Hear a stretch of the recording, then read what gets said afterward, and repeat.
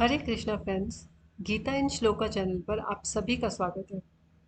ये चैनल उन लोगों के लिए है जो गीता पढ़ना तो चाहते हैं पर उनके पास समय की थोड़ी कमी है।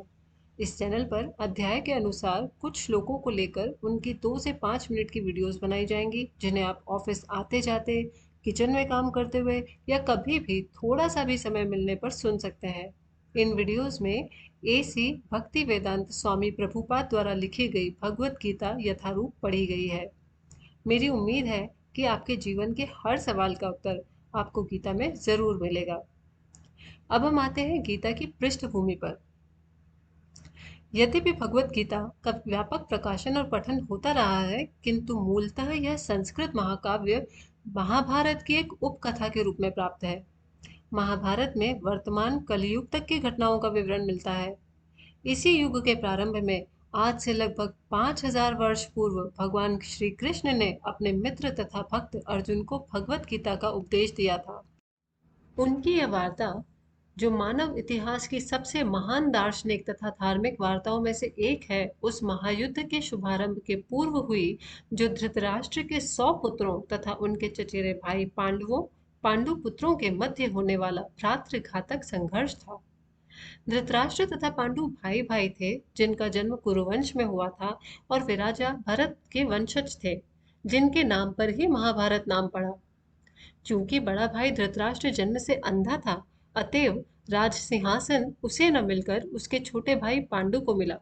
पांडु की मृत्यु अल्पायु में हो गई, अतएव उसके 5 पुत्र युधिष्ठिर, भीम, अर्जुन, नकुल तथा सहदेव धृतराष्ट्र की देखरेख में रख दिए गए, क्योंकि उसे कुछ काल के लिए राजा बना दिया गया था। इस तरह धृतराष्ट्र तथा पांडु के पुत्र एक ही राजमहल में बड़े हुए। दोनों ही को गुरु द्रोण द्वारा सैन्य कला का प्रशिक्षण दिया गया और पूज्य भीष्म पितामह उनके परामर्शदाता थे। तथापि धृतराष्ट्र के पुत्र, विशेषतः सबसे बड़ा पुत्र दुर्योधन, पांडवों से घृणा और ईर्ष्या करता था। अंधा तथा दुर्बल हृदय धृतराष्ट्र पांडु पुत्रों के स्थान पर अपने पुत्रों को राज्य का उत्तराधिकारी बनाना चाहता था। इस तरह धृतराष्ट्र की सहमति से दुर्योधन ने पांडु के युवा पुत्रों की हत्या करने का षड्यंत्र रचा। पांचों पांडव अपने चाचा विदुर तथा अपने ममेरे भाई भगवान कृष्ण के संरक्षण में रहने के कारण अनेक प्राणघातक आक्रमणों के बाद भी अपने प्राणों को सुरक्षित रख पाए। भगवान कृष्ण कोई सामान्य व्यक्ति नहीं, अपितु साक्षात परम ईश्वर है, जिन्होंने इस धराधाम में अवतार लिया था और अब एक समकालीन राजकुमार की भूमिका निभा रहे थे। वे पांडु की पत्नी कुंती या प्रथा, यानी पांडवों की माता के भतीजे थे। इस तरह संबंधी के रूप में तथा धर्म के शाश्वत पालक होने के कारण वे धर्मपरायण पांडु पुत्रों का पक्ष लेते रहे और उनकी रक्षा करते रहे। किंतु अंततः चतुर दुर्योधन ने पांडवों को द्यूत क्रीड़ा के लिए ललकारा। उस निर्णायक स्पर्धा में दुर्योधन तथा उसके भाइयों ने पांडवों की सती पत्नी द्रौपदी पर अधिकार प्राप्त कर लिया और फिर उसे राजाओं तथा राजकुमारों की सभा के मध्य निर्वस्त्र करने का प्रयास किया। कृष्ण के दिव्य हस्तक्षेप से उसकी रक्षा हो सकी। उस द्यूत क्रीड़ा में छल के प्रयोग के कारण पांडवों की हार हुई तथा उन्हें अपने राज्य से वंचित होना पड़ा और 13 वर्ष तक वनवास के लिए जाना पड़ा। वनवास से लौटकर पांडवों ने धर्म सम्मत विधि से दुर्योधन से अपना राज्य मांगा, जो दुर्योधन ने देने से इनकार कर दिया। क्षत्रियों के शास्त्रोनुमोदित कर्तव्य को पूर्ण करने के लिए पांचों पांडवों ने अंत में अपना पूरा राज्य न मांगकर केवल 5 गांवों की मांग रखी, किंतु दुर्योधन सुई की नोक भर भी भूमि देने के लिए सहमत नहीं हुआ। अभी तक तो पांडव सहनशील बने रहे, लेकिन अब उनके लिए युद्ध करना अवश्यम भावी हो गया। विश्व भर के राजकुमारों में से कुछ धृतराष्ट्र के पुत्रों के पक्ष में थे, तो कुछ पांडवों के पक्ष में। उस समय कृष्ण स्वयं पांडु पुत्रों के संदेशवाहक बनकर शांति का संदेश लेकर धृतराष्ट्र की राजसभा में गए। जब उनकी याचना अस्वीकृत हो गई, तो युद्ध निश्चित था।